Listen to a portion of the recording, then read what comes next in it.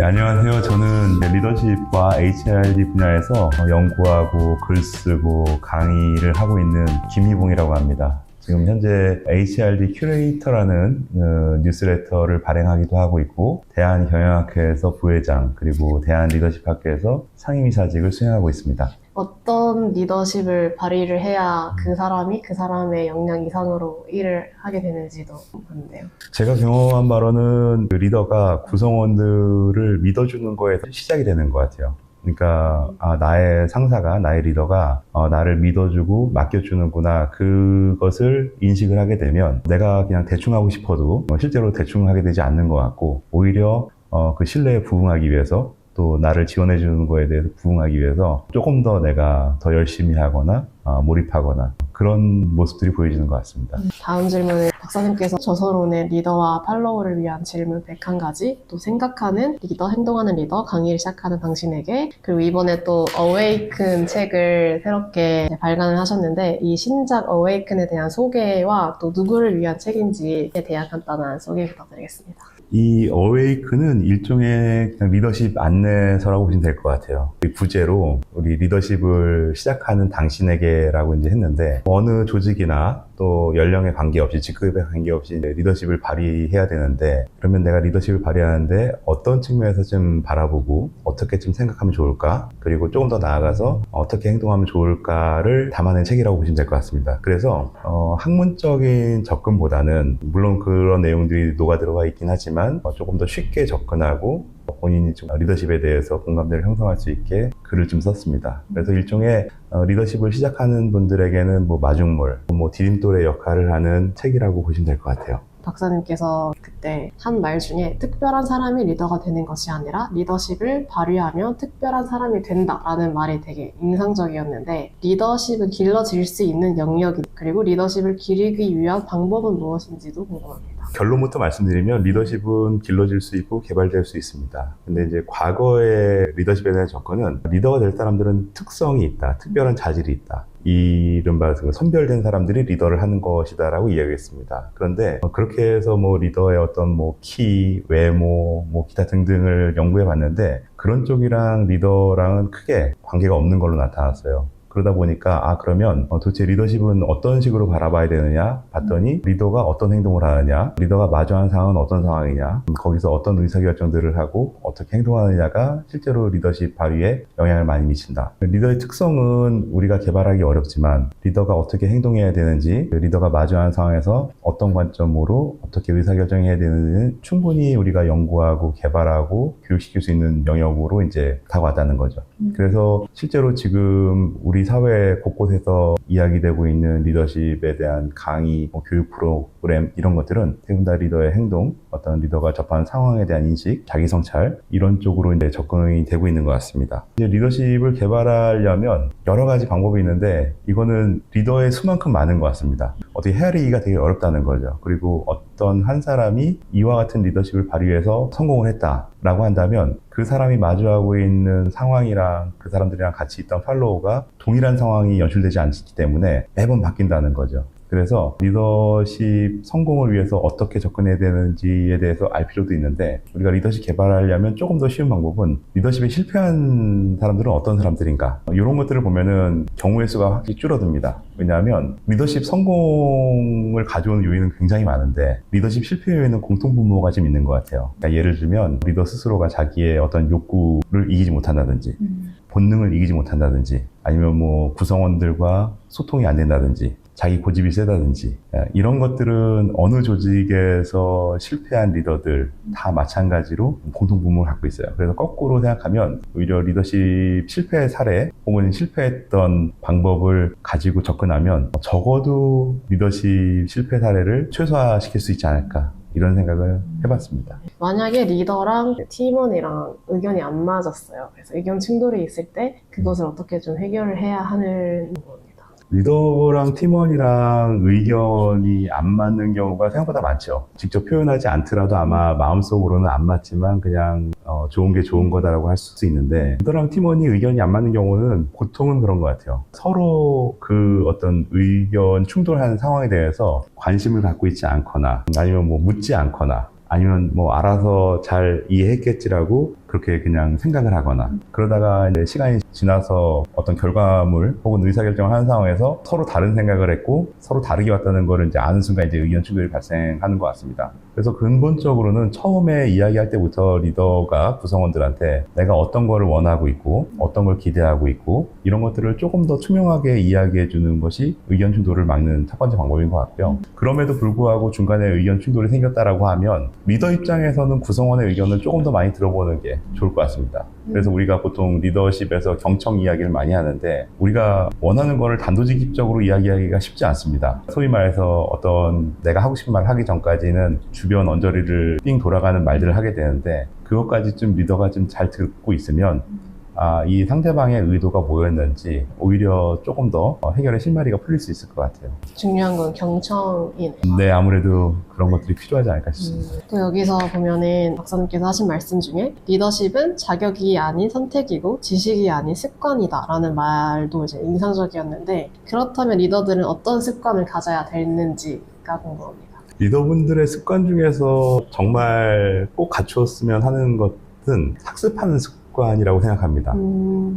그러니까 어쨌든 많은 지식과 경험이 쌓여서 리더의 역할을 수행하고 계신데 우리가 보통 이제 지식의 반감기라는 이야기를 합니다. 과거에 있던 지식의 유통기간이 그렇게 길지 않다는 겁니다. 이제는 실제로 세상이 지금 굉장히 많이 바뀌어지고 있고 다른 말로 이야기하면 과거의 성공 경험이 현재나 미래의 성공 요인으로 작동하지 않을 가능성이 크다는 거죠. 그러려면 리더가 평소에 부단히 학습하고 배우려는 자세를 가져야 되고 그게 하나의 본인의 습관으로 좀 자리매김해야 되지 않을까라는 생각이 들어요. 학습은 여러 가지 방법이 있는데 단순히 책을 읽는 방법도 있겠고 다양한 분야에 있는 사람들을 만나서 그 사람들은 어떤 생각을 하고 있는지 또 어떤 내가 고민하고 있는 주제에 대해서 어떤 식의 관점을 갖고 있는지에 대해서 물어보는 것도 학습인 것 같고 또 새로운 장소를 가보는 것도 학습 같아요. 왜냐하면 공간이 달라지면 생각하는 것도 달라지고 또 바라보는 것도 달라지고 그런 것들이 총체적인 학습의 영역이 아닐까 생각이 됩니다. 듣다 보니까 요즘 리더분들이랑 신입 직원들 어쨌든 MZ세대인 분들의 그 격차가 있는데 그렇다면 이 격차를 어떻게 줄일 수 있는지 리더의 입장에서 그런 MZ세대들을 다가가기 위한 노력들에 있어서 어떤 걸 해야 되는지도 궁금한데 혹시 그런 꿀팁이나 이런 게 있을까요? 꿀팁은 너무 어려운 얘기인데 네. 저는 이 영화 속에서 그런 장면들을 많이 봤습니다. 최근에는 탑건 매버릭이라는 영화가 있었죠. 거기 매버릭으로 나오는 탐 크루즈가 일종의 조직 내에서 연장자이면서 특별히 보직을 갖지 않고 있고 근데 이 사람이 젊은 조종사들을 훈련시키고 같이 임무를 수행하거든요. 거기서 나온 거는 본인의 솔선수범인 것 같습니다. 그러니까 우리가 소위 말하는 꼰대처럼 보이지 않고 본인이 이야기한 거를 본인이 직접 몸소 실천해 보이는 것. 예. 그런 것들이 아마 MZ세대들, 더 젊은 세대들한테 다가가는 방법이 아닐까 생각이 들고 무엇보다도 본인이 갖고 있는 지식과 경험이 많으니까 그거를 직접 몸소 보여주는 것이 아마 좀 낫지 않을까. 근데 본인은 하지 않고 말만 하거나 그럴 경우에는 공감대를 얻기가 쉽지 않은 것 같습니다. 실천을 해야 공감을 얻고 네. 하는 거죠. 본인이 몸소 보여줘야 되죠. 그렇다면은 그 리더의 입장에서 필요한 거는 답답함을 버리고 그들을 더 경청하고 이해를 하는 것일까요? 예, 그렇죠. 경청하고 이해하는 것도 당연히 필요하고 무엇보다 본인이 자기가 속한 조직에 아니면 자기 후배들이겠죠. 후배들한테 기여하겠다는 생각을 가지고 접근하면 좋을 것 같아요. 그러니까 내가 위에서 표현이 그렇지만 군림하거나 내가 뭐 지시하거나 이런 쪽이 아니라 내가 조직의 일원으로서 조직과 후배들한테 내가 갖고 있는 지식과 경험을 기여한다. 그러니까 일종의 기버의 역할로 접근하면 조금 더 낫지 않을까라는 생각이 듭니다. 마인드가 중요하거든요. 다음 질문은 리더의 자질이 있다고 판단할 때 어떤 부분들을 보면 될지 그리고 리더가 반드시 갖춰야 할 3가지 덕목이 있다면 무엇일지 그리고 마지막 질문은 사랑받는 리더가 되는 방법을 알려주시면 하겠습니다. 네, 이것도 굉장히 어려운 이야기입니다. 네. 리더의 자질을 여러 방면으로 이야기할 수 있지만 먼저 이제 개인적으로는 정직함을 들 수 있을 것 같아요. 그리고 이제 관계적으로는 이타적이어야 되고 또 사회적 혹은 조직적으로는 공익을 추구하는 측면에서 접근해야 될 것 같습니다. 그래서 리더가 정직해야 된다는 거는 개인적으로 이거는 이미 리더십과 관련된 수십 년간의 연구에서 계속 도출되고 있는 것들입니다. 그래서 어떤 리더의 자질, 덕목을 이야기할 때 리더의 정직성, 그리고 나를 위한 것이 아니라 타인을 위한 것, 팀원을 위한 것, 그리고 조직을 위한 것, 공익을 위한 측면에서 우리가 리더의 자질을 좀 이야기해 볼 수 있을 것 같고요. 그리고 사람들이 리더를 불편하지 않게 만드는 것도 되게 중요한 요소 같습니다. 우리가 보통 리더랑 같이 있으면 불편한 사람들이 많습니다. 가까이 다가오면, 물리적으로라도 가까이 다가오면 네. 내가 뭐 아무런 잘못이 없음에도 불구하고 네. 뭔가 좀 불편하고, 근데 그렇게 되려면 오픈을 많이 해야 됩니다. 리더 스스로가. 리더 스스로가 오픈한다는 거는 나는 어떤 걸 좋아하고 어떤 걸 싫어하고 네. 내가 원하는 건 어떤 건지를 많이 알려줄 필요가 있어요. 그거를 우리가 보통은 스몰톡이라고 이야기하기도 하죠. 네. 어떤 특정한 회의나 어떤 특정한 자리를 마련해서 하는 것보다는 일상에서 아주 편안하게 이야기를 많이 하면 할수록, 그래서 이 리더가 겉과 속이 다르지 않다는 거를 구성원들이 좀 인식을 하고 있어야 되고, 그리고 리더는 아까도 이야기했지만 내가 원하는 게 어떤 건지, 내가 기대하는 게 어떤 건지, 내가 추구하는 게 어떤 건지를 반복적으로 이야기할 필요가 있죠. 그러면 아마 구성원들이 리더와 어느 정도 소위 말해서 공감대를 형성할 수가 있고 동기화도 될 수 있고, 아까 이야기했던 어떤 의사결정의 충돌도 미리 좀 사전에 좀 미연에 좀 방지할 수 있지 않을까, 이런 생각이 듭니다. 그러면 이 사람이 리더의 자질이 있다라고 판단했을 때 이 사람이 소통을 잘 하냐 못하냐를 보면 되겠네요. 소통은 이런 것 같아요. 내가 말을 아주 그냥 청산 유수처럼 하는 좀 소통은 아닌 것 같고, 상대방이 이야기했을 때 상대방이 말하는 맥락을 내가 좀 이해하면서 듣느냐. 이 맥락이라는 거는 지금 당장 벌어진 일뿐만이 아니라 이 벌어진 일과 관련해서 과거에는 어땠고 현재는 어땠고 예상되는 미래의 결과는 어떤 건지를 종합적으로 좀 파악해서 듣는 것이 소통이라고 생각합니다. 네. 그러다 보니까 지금 당면한 문제만 가지고 이야기하면 그 소통이 잘 될 리가 없을 것 같고, 이 사람이 어떤 이야기를 했을 때 그게 일과 관련된 이야기든 아니면 사람과 관련된 이야기든 간에 과거와 현재와 미래의 교집합 속에 있는 측면에서 이야기를 해야 이해도도 넓어지고 선입견이나 편견에 빠지는 것도 좀 방지할 수 있을 것 같습니다. 리더가 스트레스를 받죠. 그래서 몇 년 전부터 우리 사회에서 이제 소위 말해서 마음 챙김이라는 이야기도 많이 나오고 그런 뭐 프로그램도 많이 있지 않습니까? 근데 저는 리더가 개개인별로 스트레스를 해결할 수 있는 방법을 본인이 찾아야 된다고 생각해요. 자기만의 스트레스 해소 방법, 해결 방법이 있어야 되는데 그 역시 저는 두 가지 기준이 충족돼야 건전하게 스트레스를 해소할 수 있다고 생각합니다. 어떤 거냐면 내가 어떤 행위를 하는데 스트레스를 해소하기 위해서 어떤 행위를 하는데 그게 본인한테 해가 되면 안 되죠. 예를 들면 뭐 과음을 한다거나 이런 것들이죠. 그리고 또 하나는 내가 하는 그런 방법이 타인에게 해가 돼도 안 된다는 거예요. 예를 들면 난 스트레스를 푸는데 고함을 질러야 돼. 화를 내야지 난 화가 풀려. 스트레스가 풀려. 그럼 본인은 풀리지만 다른 사람한테는 오히려 스트레스를 주는 상황이잖아요. 그러다 보니까 리더가 스트레스를 해소하는 방법은 개인마다 차이가 있긴 하지만 어쨌든 기준은 그 방법이 자기 자신한테도 해가 되지 않아야 되고 다른 사람한테도 해가 되지 않아야 된다. 그렇게 보면은 뭐 몇 가지 생각해 볼 수 있는 거, 명상은 뭐 거기에 부합하는 것 같고요. 운동도 굉장히 좋은 하나의 해소 방법인 것 같고, 어디 콘서트를 가거나 어디 뭐 여행을 가거나 이런 것들은 다 아주 그냥 적절한 해소 방법이 아닌가 생각이 듭니다. 책을 읽는 것도 되게 좋은 방법 중에 하나예요. 일석이조가 될 수 있다고 생각합니다. 명상과 또 생각할 수 있는. 네. 그럼 박사님은 어떻게 해설을 하시는지 궁금해요. 저는 뭐 상대적으로 스트레스를 많이 받는 스타일은 아닙니다. 그럼에도 불구하고 뭐 스트레스 전혀 없다고 말할 수는 없으니까. 근데 저는 지금 말씀드린 방법 중에서 특별한 일이 없으면 매일 운동을 하고 있고요. 그리고 책도 뭐 제가 하는 일과 관련돼 있긴 하지만 어쨌든 책도 다양한 분야의 책을 좀 읽으려고 하고 있고 사람들도 많이 만나려고 하고 있습니다. 사람들을 많이 만나면 그 속에서 얻는 에너지, 그리고 혼자만 생각했던 거에서 조금 사고를 좀 깰 수 있는 여러 가지 단초들, 힌트들을 좀 얻을 수 있어서 저는 그런 방법으로 이제 스트레스를 해소합니다. 다음 질문은 대부분 기업에서 중간 관리자가 힘들어하는 이유는 책임만 있고 그에 대한 권한이 없기 때문인데 위의 상사와 아래 팀원들의 의견 충돌이 있을 경우에 어떻게 하는 것이 바람직한지가. 요즘 중간 관리자분들이 겪고 있는 제일 큰 어려움 중에 하나 같아요. 네. 그런데 이거는 과거에도 중간 관리자 역할을 했던 사람들은 그대로 갖고 있던 어려움 같습니다. 근데 중간 관리자가 그 일시적으로 가교 역할을 할 수는 있을 것 같아요. 위에 상사와 그 아래 나보다 후배 사이에서 연령도 그렇고 하고 있는 역할, 직급, 직책이 아마 그 정도의 가교 역할을 할 수 있을 것 같은데 가교 역할을 할 때는 중요한 게 감정으로 접근하면 어려울 것 같습니다. 호소하는 거죠. 예를 들면 뭐 우리 상사가 뭐 그럴 일이 있어서 네가 좀 이해해. 상사가 요즘에 스트레스 받아서 그래.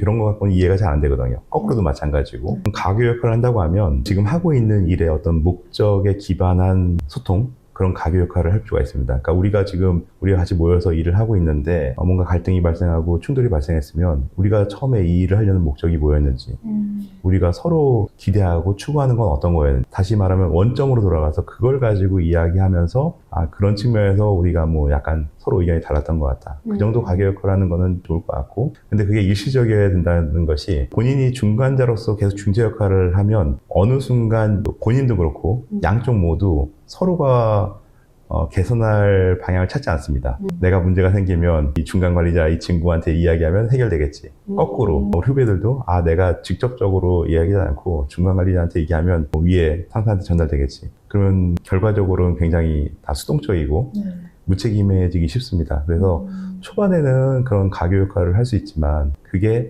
본인이 계속 그런 역할을 해야 되는 건 아닌 것 같습니다.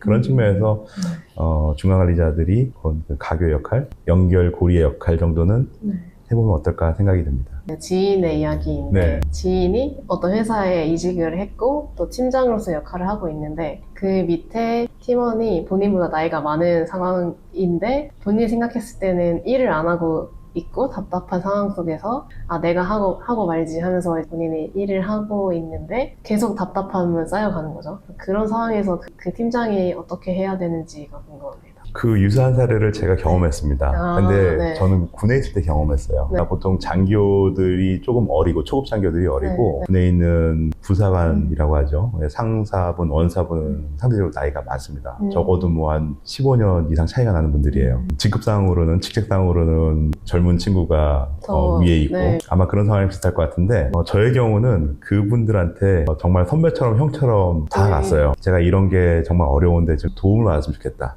제가 아는 경우도 있었지만 제가 알고 제가 해결할 수도 있었지만 굳이 제가 해결하지 않고 오히려 글로 가서 도움을 좀 얻었으면 좋겠다. 조언을 좀 구하면 좋겠다. 조언을 좀 달라.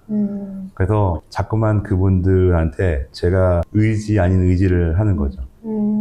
그러면 우리가 보통 누가 나한테 도움을 요청하면 도움을 받는 쪽이 본인이 조금 더 위에 있다고 생각을 하거든요. 아무래도 그렇지 않겠습니까? 내가 도움을 줄 수 있는 상황이구나, 역할이구나. 그러면 그건 이제 직급에 관계없이 내가 도움을 줄 수 있는 상황이면 내가 기꺼이 좀 도움을 주겠다. 그러면 어쨌든 간에 조금 더 원활하게 풀리는 경우가 많은 것 같아요. 근데 그걸 만약에 계급이나 직급이나 이런 걸 가지고 접근했으면, 아니면 뭐 규정, 법으로 접근했으면 굉장히 부딪힘이 많았겠죠. 근데 아마 그거는 비단 군뿐만이 아니라 일반 조직에서도 충분히 할 수 있을 것 같아요. 왜냐하면 나보다 당연히 뭐 연배가 많다는 거는 경험도 많다는 거고, 그럼 그분들의 의견을 조금 더 많이 들어볼 수 있게 그 장을 좀 마련해주고, 그래서 그렇게 접근하는 것도 하나의 방법이지 않을까. 그래서 그냥 왜 안 하는지, 왜 이분이 수동적일까 문제이긴 하겠지만, 개인의 문제이기도 하겠지만, 오히려 그 리더 역할을 하시는 분들이 그분들한테 먼저 다가가서 먼저 물어보고 조언을 구하고, 그러면 아마 조금 더 아름다운 관계, 아름다운 결과물이 나오지 않을까, 이런 생각이 좀 듭니다. 진짜 맞는 말인 게, 그런 나이 상관없이 어린 친구 같은 경우에도 가서 나의 상황을 이야기를 하고 도와줬으면 좋겠다 했을 때 또 달라질 수 있는, 그게 이제 솔직한 것 같아요. 리더의 솔직함이고, 내가 정말 도움이 필요하다, 좀 도와달라. 근데 이렇게 얘기하려면 용기가 필요하거든요. 어떤 용기가 필요하냐면, 내가 지금 조직의 리더인데 내가 이런 얘기를 하는 게 맞나? 그런 생각이 들 수 있어요. 근데 그걸 별개의 얘기 같습니다. 내가 오히려 솔직함을 가지고 용기 있게 이렇게 요청을 했을 때 나오는 게 이제 진정성이거든요. 그러니까 진정성을 이제 상대방이 느끼는 거죠. 내가 정말 진정성 있게 이야기하는 겁니다. 이거보다 그런 말보다 내가 그렇게 정말 내가 모른다, 아니면 내가 정말 당신의 도움이 필요하다, 이런 것들을 말과 행동으로 보였을 때 구성원들이 리더의 진정성을 느끼게 되고, 당연히 내가 그러면 도울 수 있는 건 돕는다. 그래서 아까 처음 얘기한 거로 들어가면 내가 할 수 있는 것만 하지 않고 할 수 있는 것 이상의 것도 본인이 해줄 수가 있죠. 결국 그렇게 되면은 사랑을 받는 리더가 되는 게 자연스럽게 될 것 같아요. 예, 일종의 선순환이 만들어진다고 보여집니다. 이어지는 질문도 비슷한데 팀원들의 마음을 하나로 이끌기 위해 무엇이 필요할지 궁금합니다. 그걸 좀 다른 말로 이야기하면 저는 한 네. 3가지가 있으면 좋을 것 같아요. 네. 일단 팀원들의 마음을 하나로 이끌려면 의미 있는 일을 좀 시켜야 되고, 재미도 만들어줘야 되고, 흥미도 좀 끌어야 될 것 같아요. 그래서 의미와 재미와 흥미를 리더가 좀 만들어주면 팀원들이 좀 하나로 묶어지는데 도움이 되지 않을까 싶습니다. 의미 같은 경우에는 아까 말씀드린 것처럼 일의 목적이에요. 그러니까 우리가 이걸 왜 하는지. 몇 년 전에 나왔던 우스갯소리로 삼요라는 얘기가 나왔잖아요. 뭘 시키면 그걸요, 제가요, 왜요. 그러니까 이게 리더한테 반감을 갖는 게 아니라 이거를 왜 하는지, 목적이 뭐냐, 이걸 왜 내가 해야 되느냐, 뭘 하려고 하는 거냐, 이거에 대한 구체적인 게 없으니까 이런 얘기들이 나오는 거거든요. 그래서 이제 팀장이라고 하면, 리더라고 하면 구성원들한테 이 일을 왜 하는지, 왜 여러 사람 중에 우리가 해야 되는지, 혹은 당신이 해야 되는지, 이런 얘기를 해주는 게 이제 의미 같고, 의미가 형성되고 공감대가 있으면 일하는데 재미도 있어야 되잖아요. 그러니까 재미 요소도 좀 만들어줘야 되고, 근데 재미 요소는 뭐 여러 가지가 있겠지만 일하는 데 있어서 뭐 지원을 해주는 것도 재미 요소가 될 수 있고요.